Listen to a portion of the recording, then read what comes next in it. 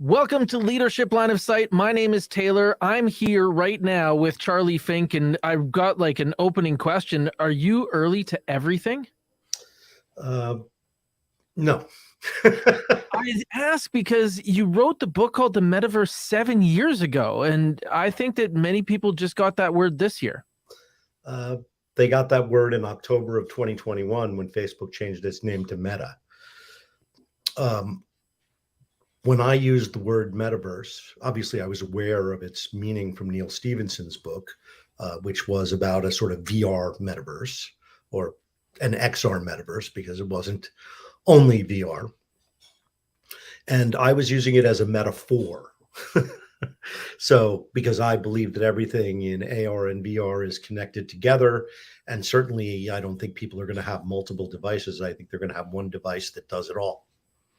That's the thing that I find mind-blowing, though, because when you take a look at how well you encapsulated what was coming, like where you took something from the art side into technology, I can't help but see that parallel over and over again. You working at Disney and then moving into where you are now at Forbes. You live on the dividing line, like the border there between art and science. That's true. I mean, I have spent my career at the intersection of um, entertainment and technology, not really by design. Um, I've been opportunistic my entire career. And so, events have driven me as much as a long-term plan. I am fortunate to have a fifth career. Most people don't get that. So I'm never retiring. I love what I do. I started out in the movie business.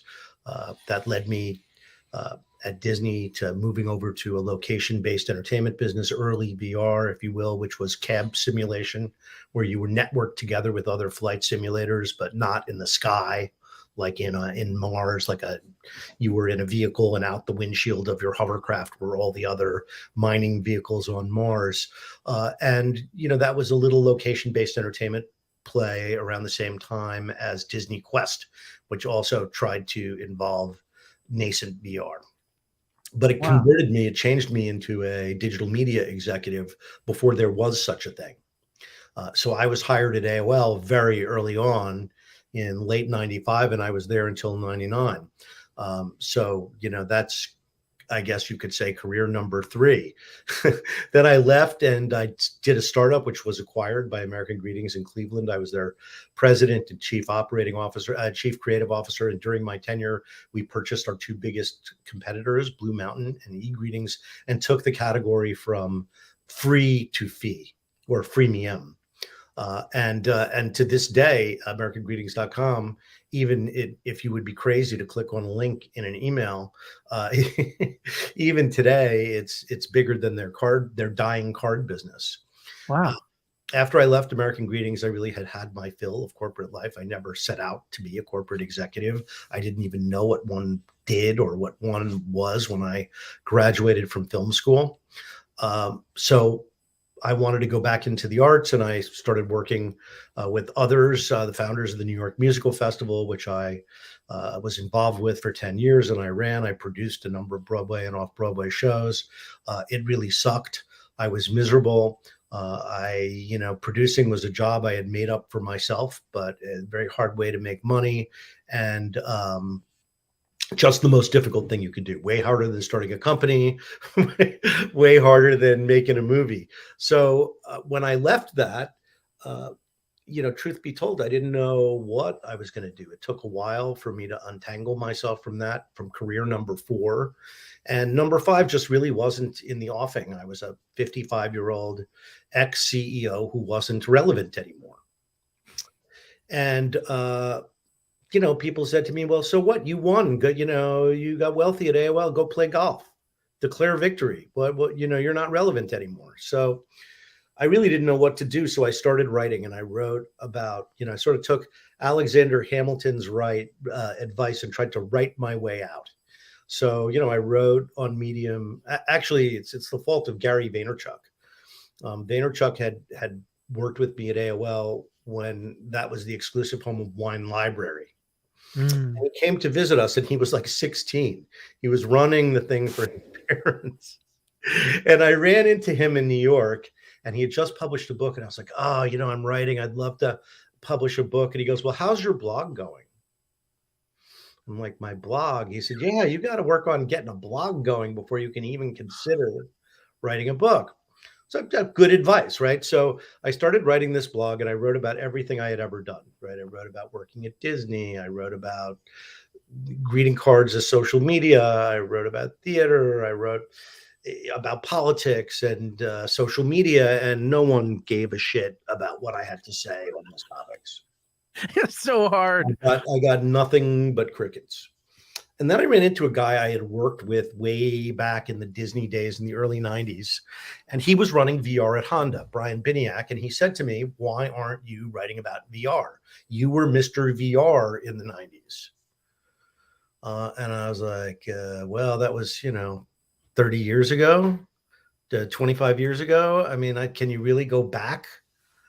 And he said, oh, yeah, you can go back. You'd be surprised. And so I did some research, and I wrote a way too long story about the state of VR and what is AR. And, this is back in early 2016. And it got a massive number of hits, like more hits than the other previous 20 stories put together. Wow. So, that's kind of a dopamine hit, right? So I tried it again and again and again. And soon I had written like 10 stories on VR in, probably 2 or 3 months, on Medium, on my blog, on Medium. And I get a call out of the blue from a guy who was a colleague, who worked for a colleague of mine at AOL. So I knew him.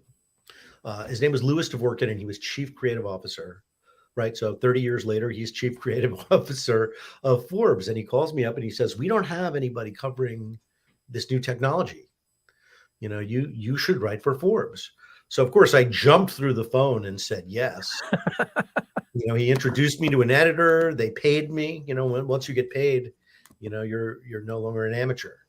And it's funny because I said to him, I've been out of VR for 25 years. I wouldn't exactly consider myself the world's leading expert. And he said, don't worry. When you start writing for Forbes, you will be.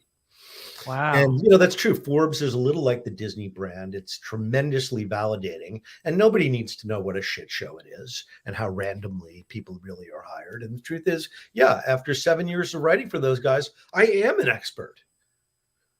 Well, so I remember meeting you in South by Southwest in 2018.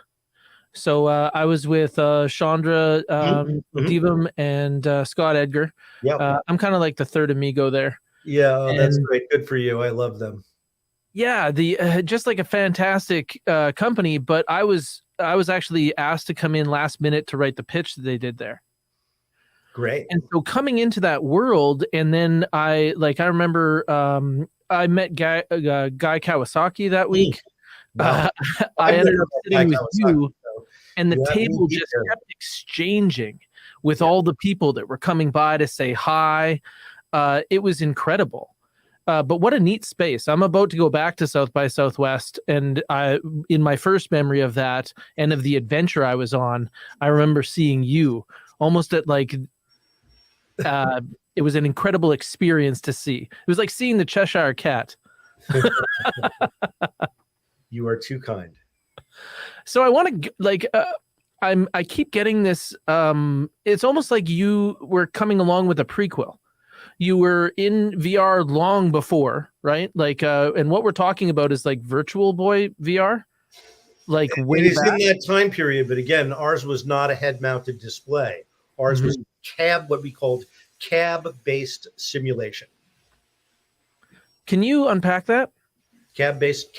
You're inside of a cabinet, and you have a super big wraparound screen around you, which is like the windshield of your hovercraft or of your mech or submarine or whatever adventure you're going on. That there was an Uber fiction about the National Virtual Geographic League, VGL. And so the VGL had these transporters that you got into and could turn into any kind of vehicle or mimic any kind of vehicle in any science fiction world that we sent you to. Hmm. That's interesting because we look into art for these spaces and people think about, well, actually, I have this question for you. When you come across someone who's uninitiated, how do you explain augmented reality or mixed reality? Well, as it happens, I teach a class to the uninitiated called Landscape of Emerging Media. And we cover AR and VR. And of course, now we also are working with AI, which is that AI being introduced is like a moment like the smartphone or like the internet. Its transformative potential is hard to wrap your head around. The unintended consequences are likewise enormous. And I hope we're wiser than we were when I was working on the start of the internet. I always say this to my kids. I digress from your question, if that's okay. Yes. But we always overestimate the short term and underestimate the long term. And one of the things when I was at AOL in the early days, we were like, yes, the man is gone. The man has been disintermediated. No longer will it be up to editors and other gatekeepers to say what you see or don't see. The truth can never be suppressed. And in a way, that's true. Look at, the things like, Rodney King and other things that have been on video and social media that we've been made aware of, which is great. Right? Finally, there can be justice where there never, ever would have been justice. But at the same time, we did not realize, the truth could be freed, but lies make their way around the world 3 times faster than truth gets out of bed. Mm-hmm. So, we didn't understand the unintended consequences, which is kind of shocking when you consider how smart the people that I was working with, like Mark Andreessen, were. But none of us saw that. None of us understood that the disinformation on the internet would be far more dangerous than the truth that it had unleashed. Yeah, it didn't change the value of truth, but it made the cost of making bullshit zero. Right. And also it gave the crazies a way to find each other, where in an analog world, they were just spread out around the country, and, there were crazy old coots here and there, but now they're, political party. Yeah, everybody can organize and find their community, right? Yep. And that's the thing that we didn't realize. Okay, so you want to know, how do I define VR? VR is a fully occluded virtual world, right? The computer world has completely replaced your sense of sight and your sense of hearing and your sense of presence, right? Completely transportive experience, like a dark ray. You're in a different world that you have to figure out, right? That's interesting. Jeremy Bailenson, a guy who wrote an excellent book on VR called Experience on Demand, tells a story about he put his father in VR. The guy's like 90 in a nursing home. And the first thing, he has it on video too. And the first thing he says is, "What the hell am I supposed to do in here?" Because it's true. You're in a virtual world, but once you get over oh, wow, I have presence in a place that doesn't exist. Isn't this amazing? You have to know who you are, where you are, and what you're supposed to do there. Wow. Wait a second. You said I have presence in a place that doesn't exist. Right. So that takes us like towards this mixed reality place. Well, mixed reality is a very specific thing. Mixed reality is a use of XR technology that allows you to use your physical body in the virtual world, right? So, I'm in VR, but now I'm in pass-through cameras and I'm seeing my real hands, and my real hand can push a virtual object or otherwise affect the digital world. So that's mixed reality. When you're in a location-based entertainment venue and you reach out for a post and it's really there, you've had the graphics, perfectly placed on top of the physical object. That's mixed reality. So mixed reality has a very, very specific meaning, and it's on a continuum between our assisted reality all the way to fully occluded virtual reality. That's called the Milgram scale. So on one end of the Milgram scale, you have physical reality. And then, of course, we have mobile pass-through AR, still mostly in reality, field of view, very small, occluding nothing. And that goes all the way to see-through uh, VR, AR, as you get from the Magic Leap. And the Magic Leap is perfectly capable of doing VR too. You just cover up the lenses, and now you've got a VR device. It's not necessarily used that way very often, and its software isn't configured that way. But there's nothing that is preventing it from doing that, other than the fact that it's an enterprise device.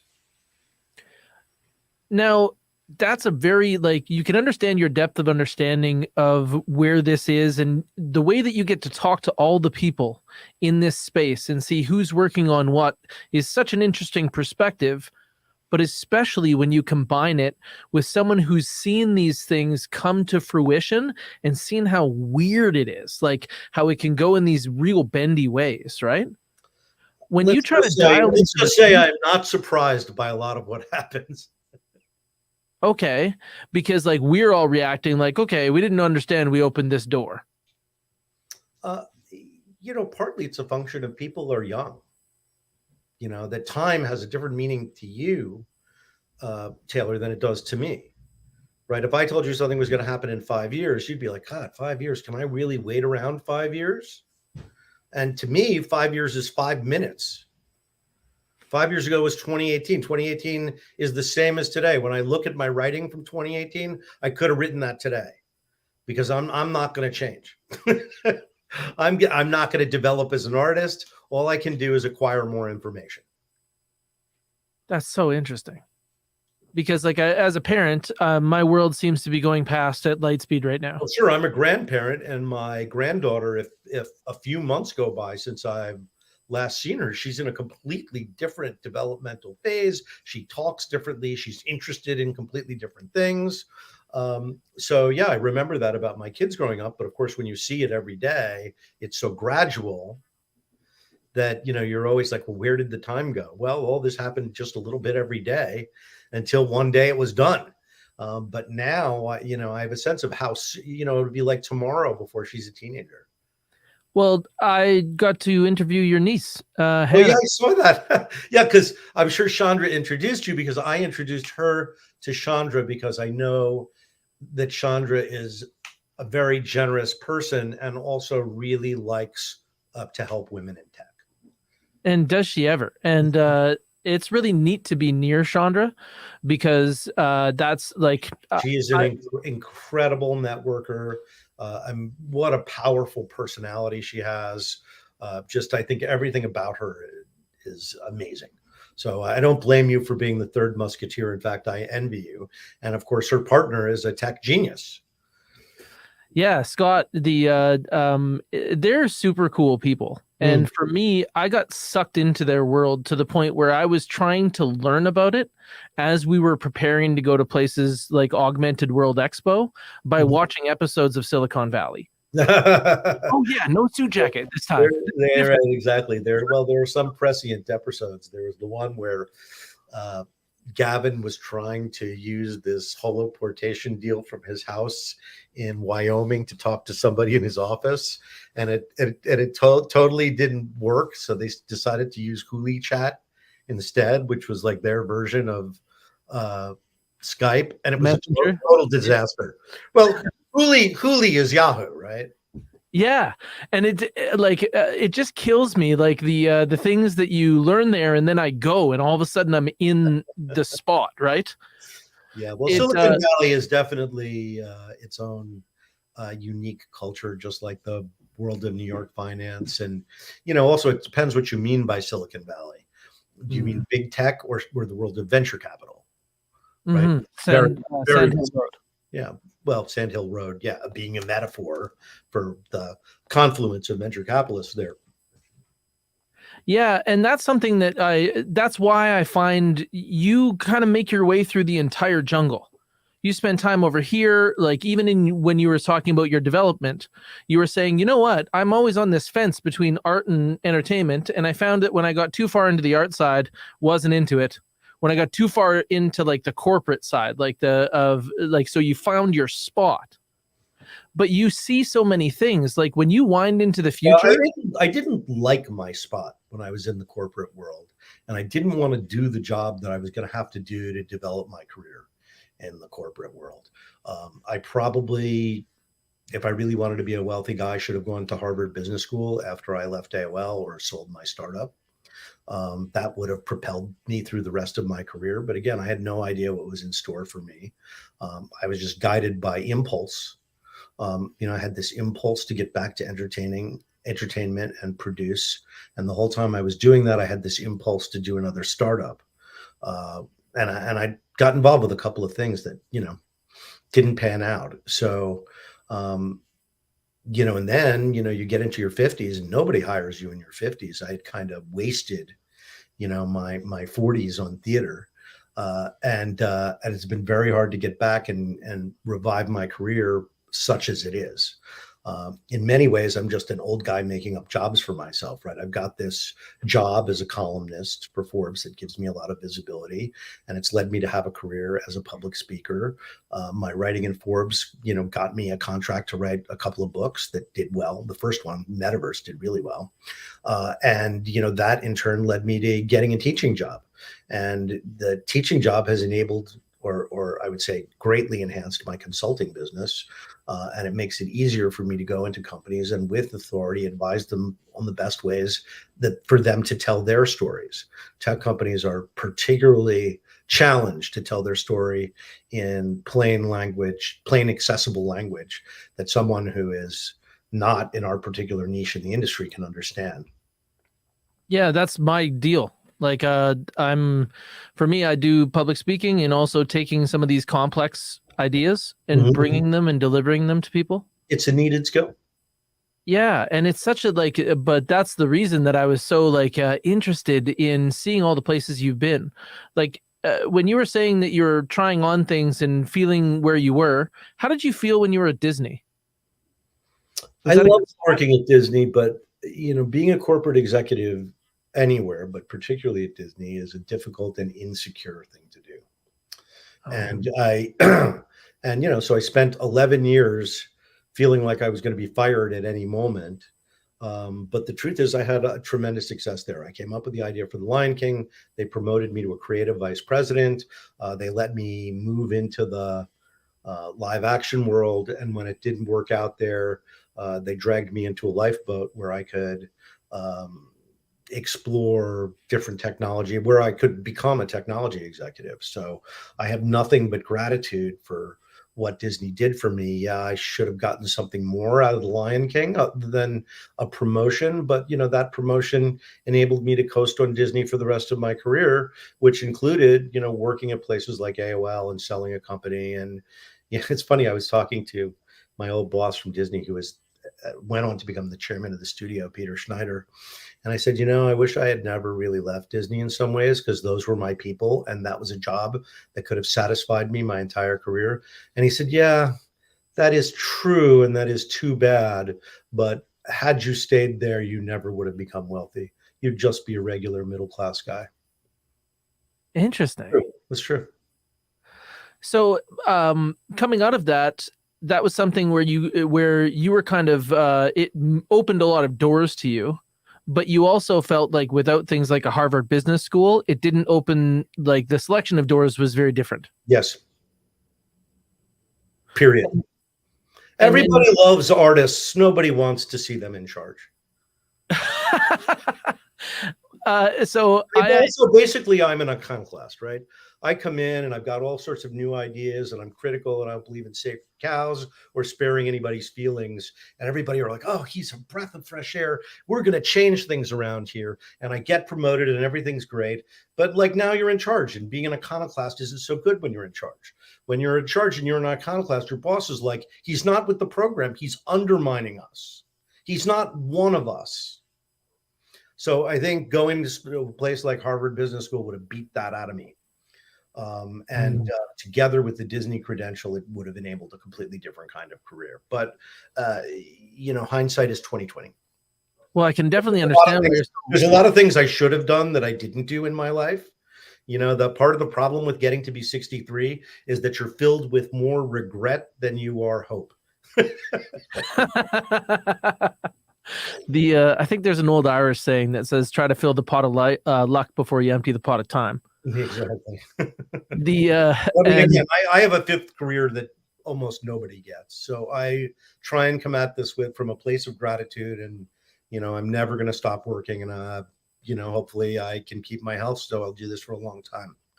Well, just being all the tracks that you've laid, like having been with companies like Disney that are these, you mentioned the insecurity, they're fast moving, it's all hands on Well, deck. Disney, I would not call a fast-moving company, but what we used to say at Disney is, there are two sayings. One is I love from Michael Eisner once said to me, "A decision will be made before it's too late or soon thereafter."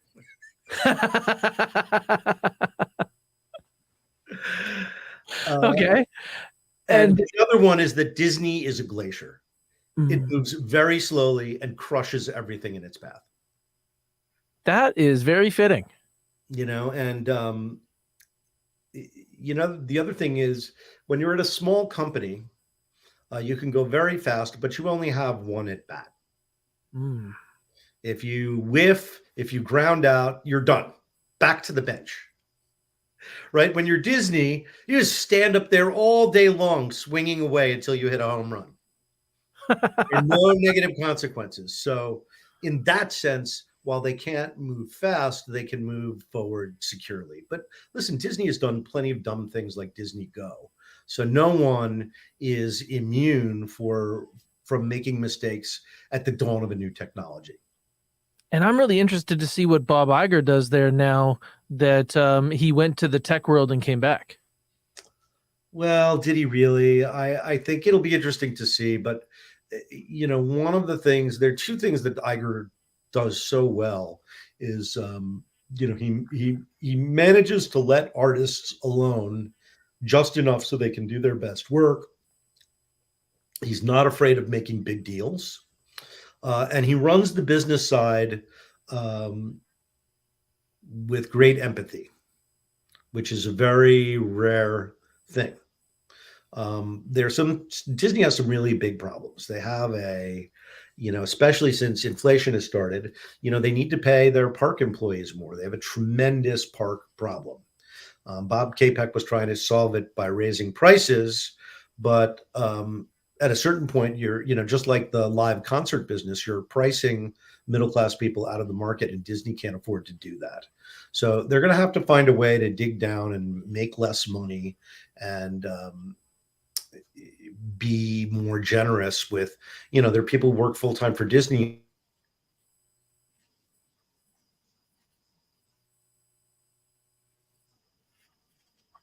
in some ways, and I think Iger will be a better agent than Chapek.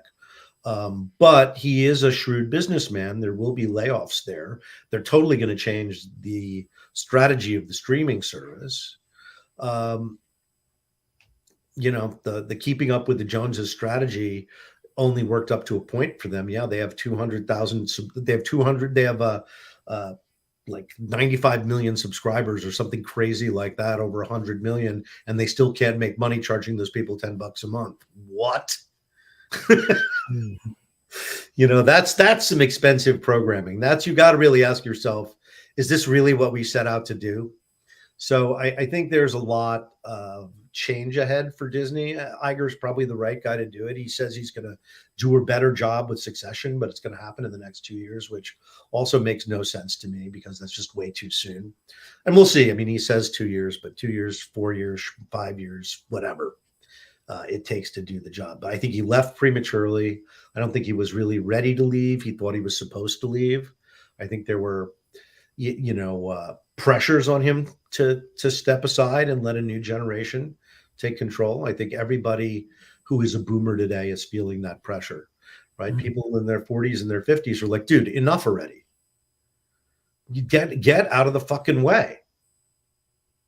I hear that a lot. And what do you like? Boomers aren't retiring early enough. We can't. Well, that's like, so in some cases, it's definitely because we need you, right? Like as somebody who's kind of on the edge. People want to be needed, but no, you don't. It's time.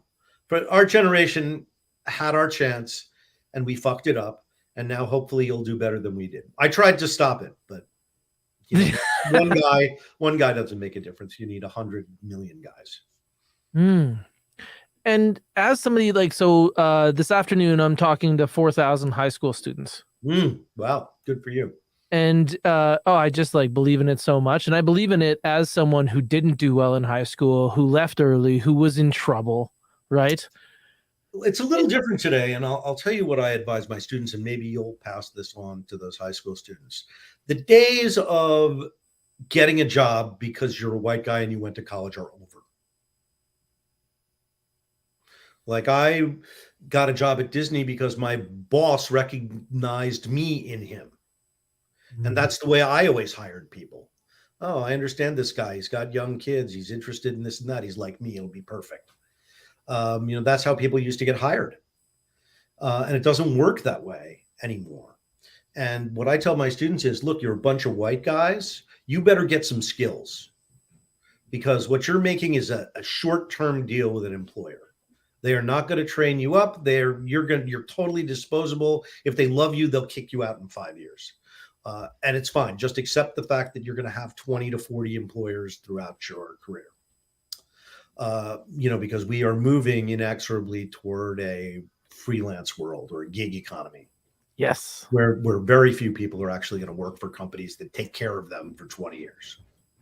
And I'm super that's the military. Yeah. And I feel like I was on the way there. Like, I've never received a regular paycheck as an adult. So I've been 100% commissioned my entire adult life. And then as an entrepreneur. It's not easy. So the thing I say to them is acquire skills, because you're making a business deal with your employer. You need to be in a position of saying, look, I know Unreal Engine, I know Blender. You need people to make things there. And here's what I want in exchange. I want money and I want mentorship. Yes. And that is how you get a job. There is no other way to get a job today. If you don't have the skills that they need, your uncle better be president of the company. It's true, because that all gets measured way better than it used to. And when it gets measured, it gets managed. One of my students, I tell all my students at the beginning of the semester, if you spend 5 hours a week, starting in September and ending in May, on a game engine, 5 hours a week, follow their educational program, make the final project that they give you. And if you do that, that takes about 200 to 250 hours. If you do that, I will get you an $80,000 a year job with one phone call. So in 4 years, how many students do you think took me up on that? Almost none. 3. Yeah. And they, you know what? First phone call, all 3, by the way, 2 of them women. One of them got a job at Dreamscape, paying her $80,000 a year. They love her, and she calls me and says, should I come back for my senior year? What do you think? And I'm like, well, what do you want the degree for? She's like, to get a job like this. I said, well, you just answered your own question, because creative jobs like that are not about your degree. I think that that's something that we're having trouble measuring right now, is like creative. Higher education is so broken. It's so sad how broken it is, and how you're in an industry it is, and how nobody can fix it. So do you see it the same way I do, where it was like a factory for employees that work jobs that don't exist anymore? Well, you could say that, because, but I think it's more than that. I just think the business model is broken, and the value that the schools deliver is subjective. I think most of the students at Chapman, where I teach, are there because they're supposed to be there, which is pretty much why my kids went to college, or at least my sons, why they went to college, because they were supposed to. They got something out of it. Yeah, they got 4 years of maturity, and they made some nice friends. But, is that worth $250,000? I mean, I could afford it, but most people can't. So what do? They go into debt, they get scholarships, they beg, they plead. And, finally, when their kids graduate, they can start saving for their retirement. It's just a broken system. And, the value of the degree is going down. The price of the degree is going up. Fewer and fewer men are going, but they don't see the value in it. So, are there solutions? Sure. There are trade-offs. So it won't be like it is. The good things won't be there, but the bad things won't be there either, because the things that we're saying are good, we can't afford. How So, so? well, I mean, a 4-year university degree, that costs $250,000. You realize that um, the educational product is the least expensive part of it. The educational product really costs, 1/5 or 1/10 of what tuition costs. So it's basically like buying a bundle. Yes. I mean, for example, right? I have 21 people in my class. I get, let's say $10,000 for the semester, although I get a little less. So each student is paying $500 to take my class, Mm. right? That's the cost plus the room rent. That's the cost of the class to the university. So putting on a class, not expensive at all. Having a building to put the class on in, very expensive. But you know what? I teach new media. I mean, this class could be completely remote, and when it was remote, I think it was better So because we're talking about technology that allows us to be present even though we are distant, as you and I are right now. that's such an obvious thing that it makes me laugh. Like to think of like you're teaching people how to be present in different places. That would be the objective. Yeah. So we, And for them to understand that experience, because for me, I find that video is so much more powerful than the other tools that we can do as a distance, because there's so much more communication in well, video. sure. The other tool was conference calls, and there's a reason why we didn't do conference calls. We did video calls because even though most of the nuance is still drained, at least there's some. Yes, body language is a big deal. And So, tone and inflection on the conference calls were better than the emails or faxes that they would send before that. well, sure. I mean, there's some things that it's too much for an email. Right. And we're seeing that more and more because I think that the world's asking for more people like Bob Iger that lead with empathy. I think there are, but again, as I said to Bob, it's time for him to deliver that to his employees.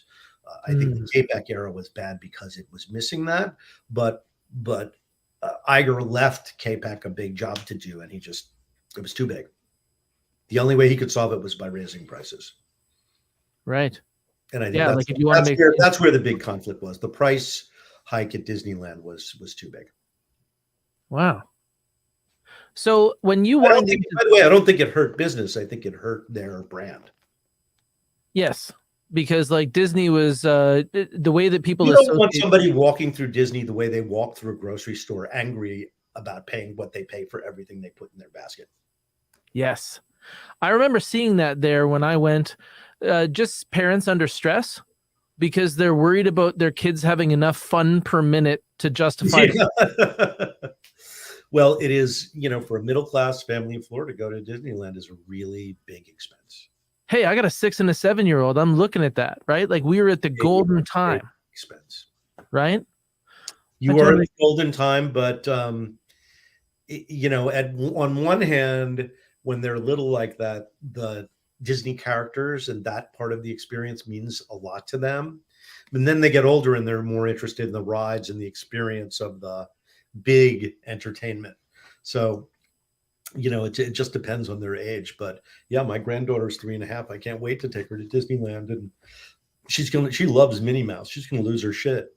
I just found out the other day her name's Minerva Mouse.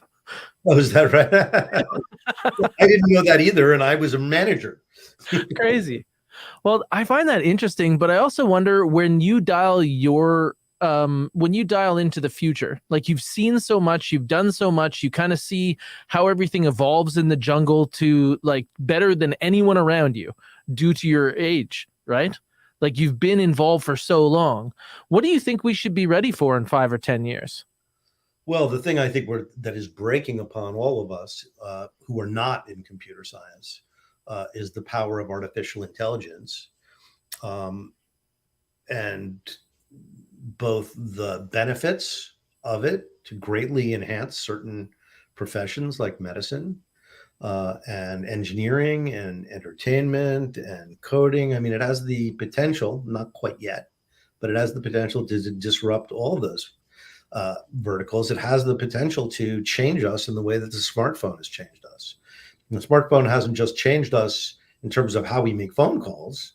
The smartphone has changed who we are, and it's had positive effects and negative ones.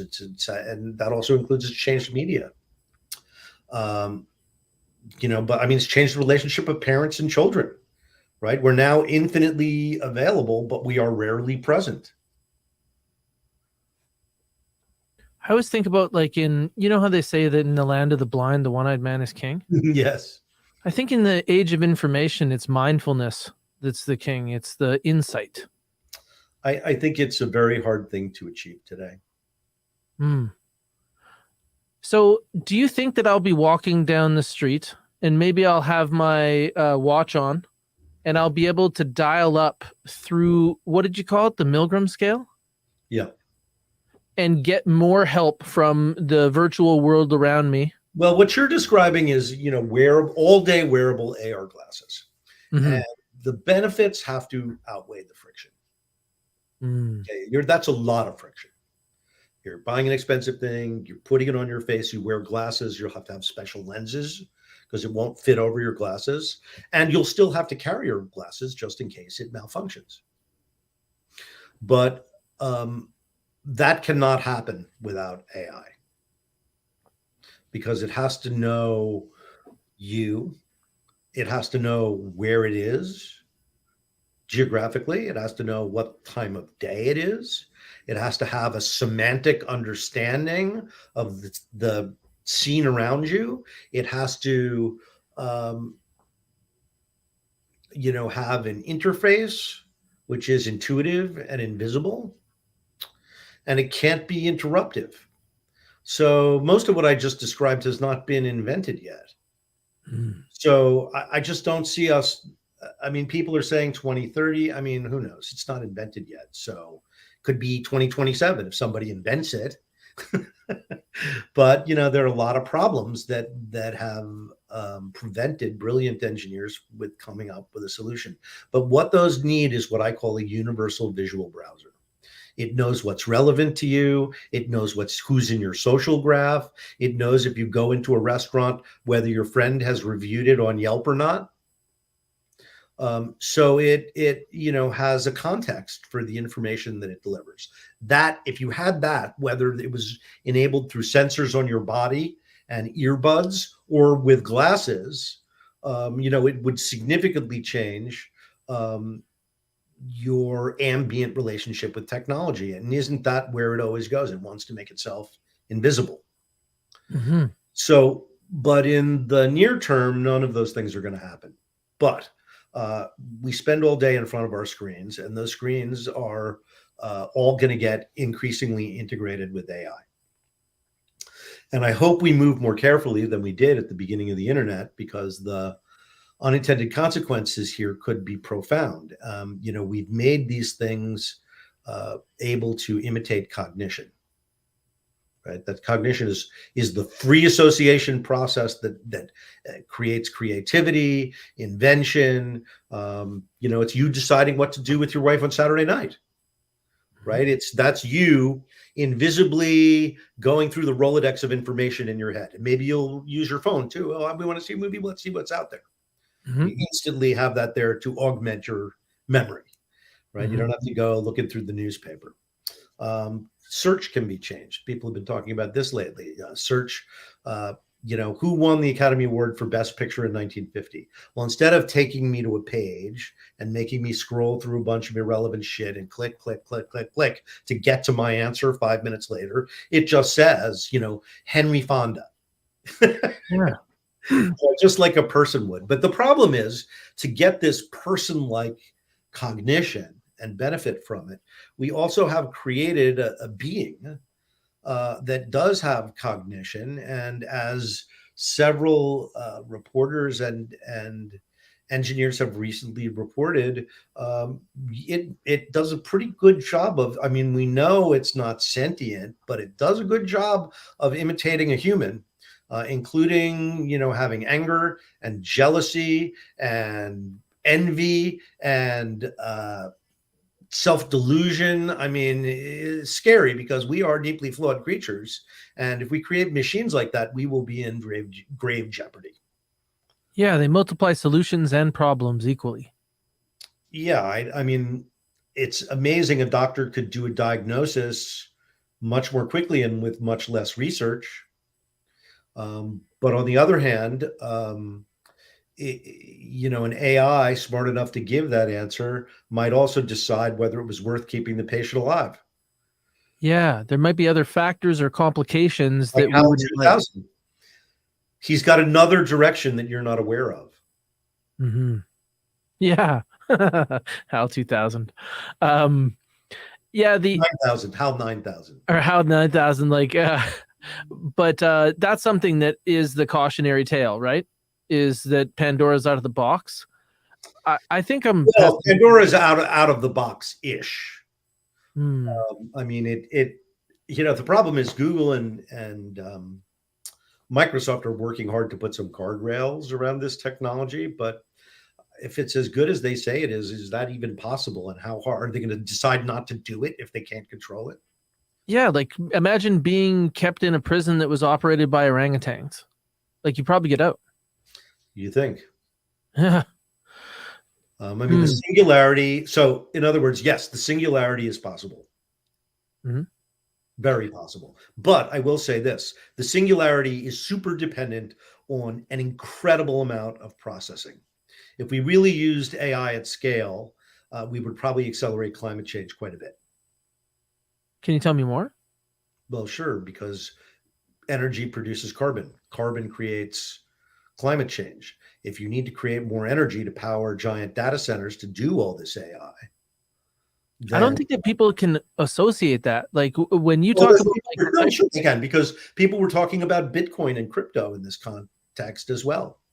It's one of the reasons that Elon Musk shed so much of Tesla's Bitcoin was because of he came to understand the ecological impact of doing the blockchain processing of a Bitcoin transaction. Mm-hmm. So it was against his primary goals. It was against one of his primary goals and against the goal of that specific company. Yeah. That gives us a lot to think about. I find it dissociative. Like when you can see the fuel that goes into your tank, you kind of get that association with it. And with electricity, for some reason, we see it as clean because it's clean to us. Right. Right. So, I mean, I'm just saying, I don't know what there is to do about it. I mean, that's also true of the giant cloud data centers that run on our smartphones. Have you ever seen anything be adopted this fast? Like this is everywhere right now. This is only because you don't know anything about it. Computer scientists have been watching this and talking about this for decades. Right. And that's what I was wondering when I started this. And this is the moment when the public starts to understand. Yeah, but it's almost like you stand on the train platform. You've seen this over and over again. Well, I've seen three things that I think are really super duper dramatic. One was the introduction of the internet, the commercial internet, which was enabled by the original Mosaic browser. That's where it all started, which gave us a graphical look at the internet. The second thing that happened was mobile. Mobile took the internet and it made it ambient. The internet is now everywhere. Anywhere you are standing with a phone signal, you are on the internet. You are in the metaverse, so to speak. So, those two events, and when those events broke, I remember I had a BlackBerry, but I was in a limousine with my cousin going to a family funeral, and he had one of the first iPhones. And the next day I walked into the Verizon store and said, "Here, I want to trade this BlackBerry for an iPhone." I remember that moment myself. But because I said things are going to be a lot different now. I didn't even understand totally how different, because it took, over 10 years to manifest. Mhm. I was using a BlackBerry and I couldn't conceive of an app. So, I said, there's this world coming, but I don't know what it's made of. I don't know how to manipulate it. I don't know how to boss it around. So, I don't know how to control it. I'm not a computer scientist. So you see it's there, it's happening. I have that tingling sensation like, holy fuck, this is big. And it's going to affect not just one thing, but a lot of things. It's a lot bigger than XR or things that the most advanced XR companies are doing. It's because it's the result of 20 years of work behind the scenes that no one was really that aware of. Wow. Now, as a grandfather, and also as someone who's watched so many technologies, and you've been in the delivery room of so many of these things that get rolled out, and some of them make it and some of them don't. How do you talk to your kids about their kids' relationship with tech? Well, what I say is I'm helping to plant trees under whose shade I shall never sit. Because I think things play out over decades, and I only have a couple left. So will we have all day, every day AR glasses? Sure, we will. Will it happen in my lifetime? Skeptical. Too many other things need to converge. Mm-hmm. But certainly one of the things we needed was, as I said, AI to make it useful. Right? Sure, we can build it, but it's not useful. There's no apps for it. Well, the app would be a contextually aware companion who is constantly in the metaverse and is advising you what you need to know. And it knows what you need to know. And the more you use it, the more it'll understand you. The more you use it, the more it can imitate you. The more you use it, the more it will take on your character flaws. And then you'll hire it just like the younger version of yourself? Maybe. I mean, I don't, again, I don't know where, if I had a crystal ball, I'd be so freaking rich. But I don't, and I'm always surprised.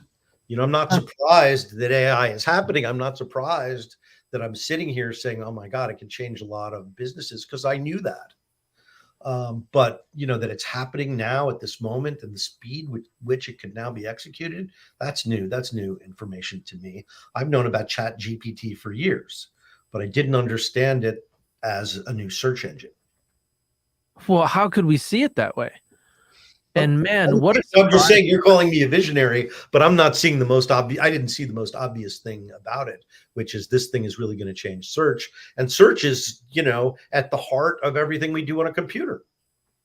But as an investor and as other people look into the window of tech, your words are so, like, there's so much wisdom in saying, look at the technologies that have missing connections. Those are the ones that are the hardest ones to make come to be. Is that if this depends on this and this happening, you're in trouble, because those ones don't move the same way the other ones do. But AI may help us figure that out more quickly. Huh. Well, again, more quickly is like over years. More quickly is not like we ask it the right question tomorrow and then a few hours later we have the answer. Right. Well, it's about to jump up an order of magnitude, right? Like Chat GPT is based on 160 billion. Yeah, I mean, Chat GPT also doesn't have current knowledge. Mm-hmm. But GPT-4 does. Does it? I mean, the version that is on Chat GPT now is only has been fed documentation and only crawled the world's data through 2019. So, Yes. for example, somebody was asking it about Avatar 2, and he was telling them Avatar 2 has not been announced yet. Yes. I agree. And so it's only because it had a data deficit, not because it couldn't have answered the question. It just got tripped because he knew the vulnerability of the system, just proving that the vulnerability is there. But I mean, yes, it'll get trained up. I mean, this is just the test version that we're seeing on ChatGPT. Obviously, Bing and Bard from Google are wanting to search the internet as it exists at any given moment. So it's AI being integrated with their search algorithm so that they can keep it current every day. Mm-hmm. Right. And most of the things people search for on the internet are highly topical. I agree. I once So started having it up to date is like super critical. It's not going to be very helpful if it can't tell you what time the movie is tomorrow night.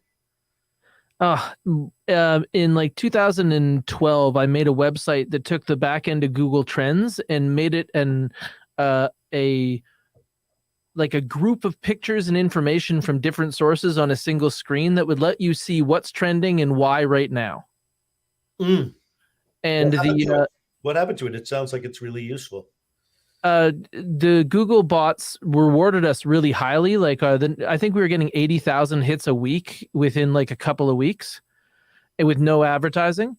And then when they retrained the bots to no longer value mirrored imagery, it just tanked us.